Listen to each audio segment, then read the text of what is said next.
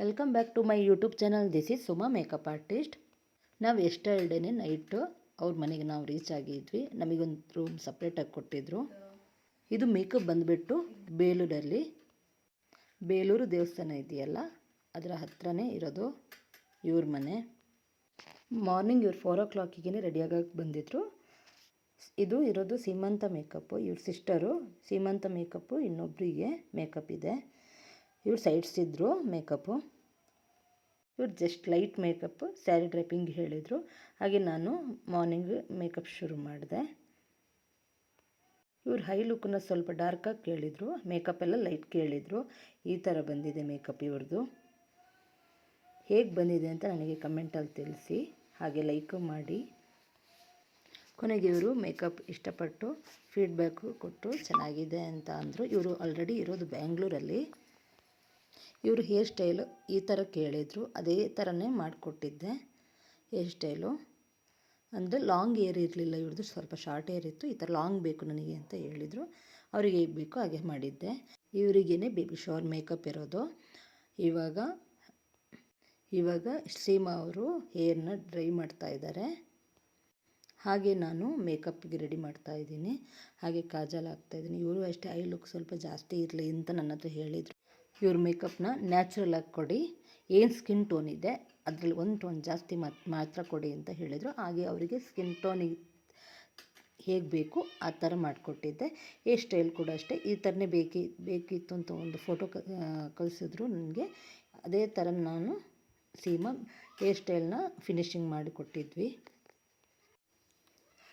Final ಆಗಿ look hair ಸ್ಟೈಲಿದ್ದು ಈ ಥರ ಬಂದಿದೆ.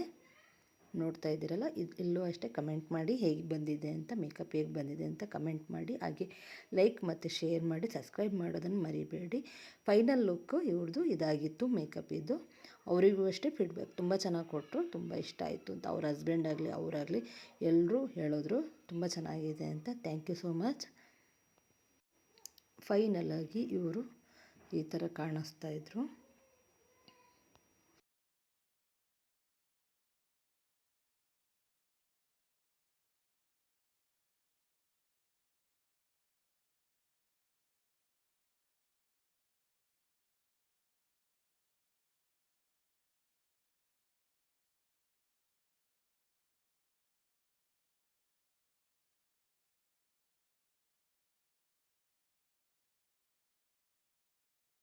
ಮನೆ ಔಟ್ಸೈಡ್ ಫೋಟೋ ತಗೊಂಡ್ವಿ.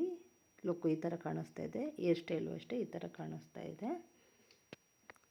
ನಿಮಗೆ ಹೇಗೆ ಅನ್ನಿಸ್ತು ಅಂತ ನನಗೆ ಕಮೆಂಟಲ್ಲಿ ತಿಳಿಸಿ. Thank you so much.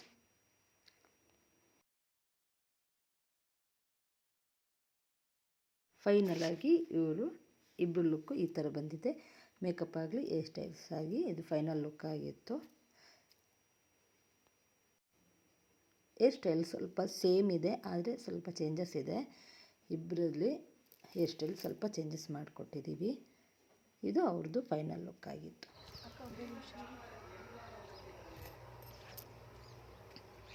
Final ಆಗಿ ನಮ್ಮದು ಮೇಕಪ್ ಮುಗೀತು. ಹಾಗೆ ನಮ್ಮನ್ನು ಅವ್ರು ಡ್ರಾಪ್ ಮಾಡಿಕೊಟ್ರು. ನಾವು ಹಾಗೆ ಹಾಸನಕ್ಕೆ ಬಂದ್ವಿ.